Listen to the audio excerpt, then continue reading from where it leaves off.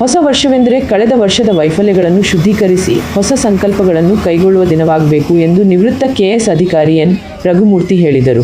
ಅವರು ನಾಯಕನಹಟ್ಟಿ ಪಟ್ಟಣದಲ್ಲಿ ನಾಗರಿಕರು ಹಾಗೂ ಹಟ್ಟಿಮಲ್ಲಪ್ಪ ನಾಯಕ ಸಂಘದ ವತಿಯಿಂದ ಆಯೋಜಿಸಿದ್ದ ಹೊಸ ವರ್ಷದ ಸಮಾರಂಭದಲ್ಲಿ ಮಾತನಾಡಿದರು. ಆಂಗ್ಲರ ಹೊಸ ವರ್ಷ ಆಚರಣೆಯನ್ನು ಹಿಂದೂ ಸಂಸ್ಕೃತಿಯೊಂದಿಗೆ ಬೆಸೆಯಬೇಕು ಎಂದರು. ದ್ವೇಷ ಅಸೂಯೆಗಳನ್ನು ತ್ಯಜಿಸಿ ಶಾಂತಿ ಸಮೃದ್ಧಿಯ ಬದುಕು ಕಟ್ಟೋಣ ಎಂದು ಕರೆ ನೀಡಿದರು. ಕಾರ್ಯಕ್ರಮದಲ್ಲಿ ಪಟೇಲ್ ಜಿ. ತಿಪ್ಪೇಸ್ವಾಮಿ, ಯತ್ನಟ್ಟಿ ಗೌಡ್ರು ಸೇರಿದಂತೆ ಸಮಾಜದ ಮುಖಂಡರು ಭಾಗವಹಿಸಿ ವಾಲ್ಮೀಕಿ ಭಾವಚಿತ್ರಕ್ಕೆ ಮಾಲಾರ್ಪಣೆ ಮಾಡಿ ಕೇಕ್ ಕತ್ತರಿಸಿ ಸಂಭ್ರಮಾಚರಿಸಿದರು.